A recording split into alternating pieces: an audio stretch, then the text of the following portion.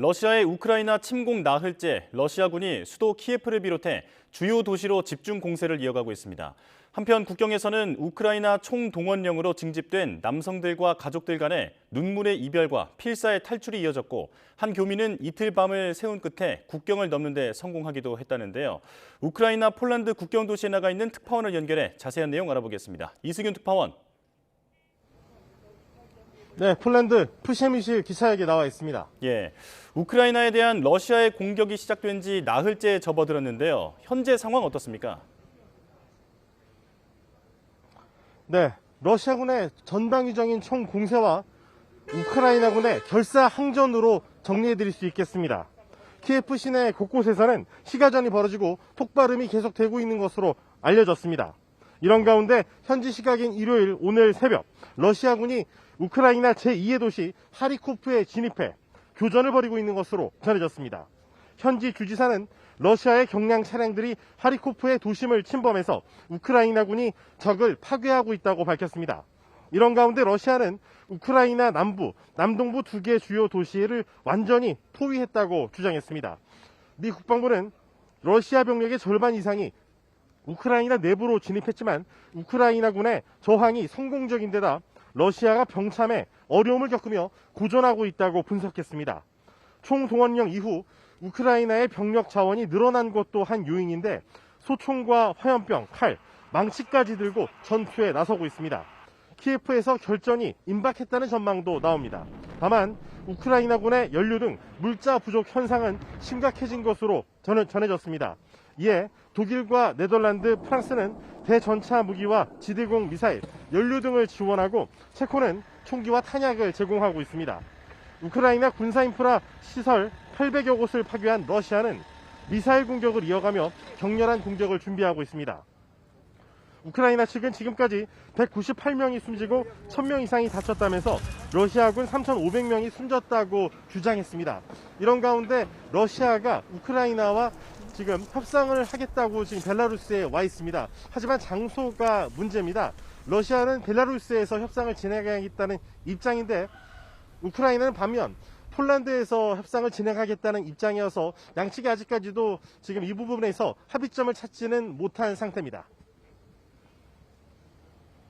네, 그런가 하면 지금까지 15만 명이 넘는 우크라이나인들이 피난길에 오른 것으로 추산되는데 징집된 남성들과 가족이 눈물의 생이별을 하고 있다고요?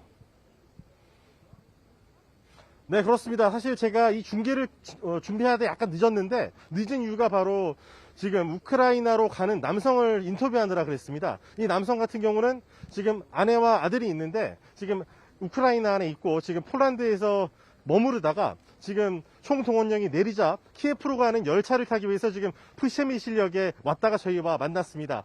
기꺼이 러시아군과 싸워서 승리를 거두겠다며 아들과 아내를 위해서 열심히 싸우겠다는 말을 남기고 기차역으로 들어갔습니다. 이처럼 지금 곳곳에서 총동원령 때문에 가족과 그리고 징집 대상이 된 남성들 간의 어떤 생이별이 우크라이나 곳곳에서 벌어지고 있는 상황입니다. 15만 명이 넘는 우크라인들이 이 폴란드와 몰도바, 루마니아 등 인근 국가로 피신한 것으로 추정됩니다.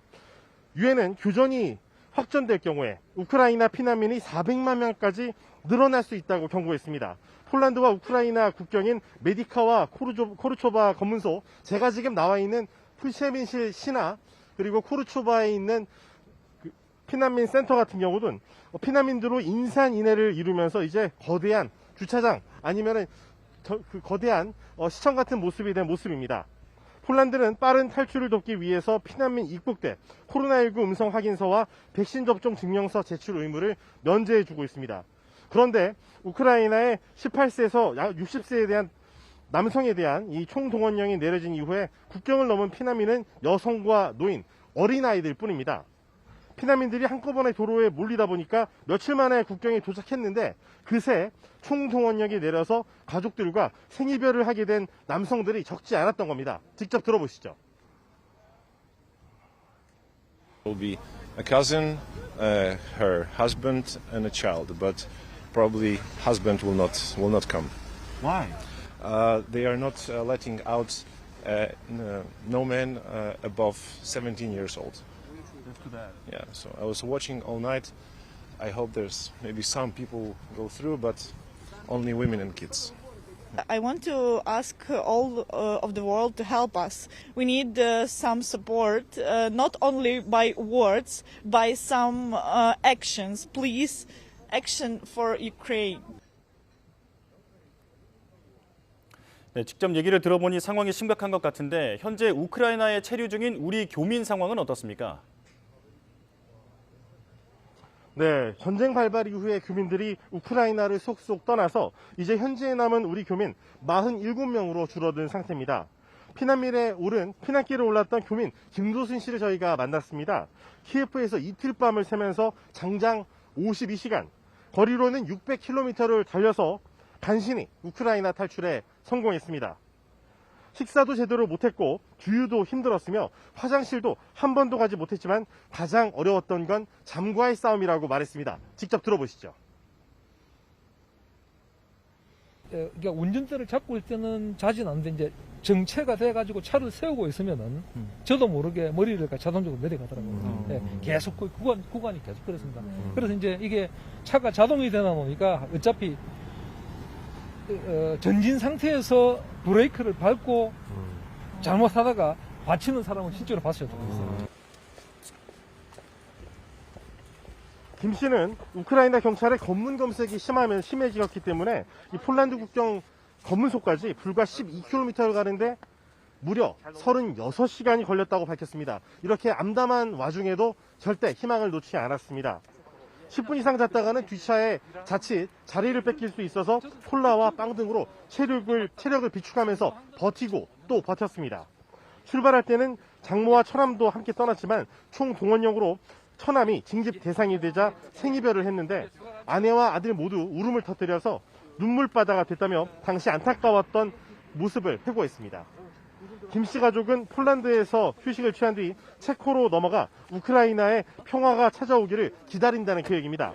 이후 현재 체류하던 우리 국민 10명이 루마니아와 헝가리로 탈출에 성공했고 남은 교민 47명 중에 8명이 루마니아와 폴란드, 슬로바키아로 이동 중이며 다른 교민 8명도 피난을 준비하고 있습니다. 남은 교민 31명은 이동 위험과 건강 문제 등으로 우크라이나 현지에 남는 것을 희망하고 있습니다. 지금까지 우크라이나 난민들이 지금 모여있는 프셰미실 기차역에서 YTN 이승윤입니다.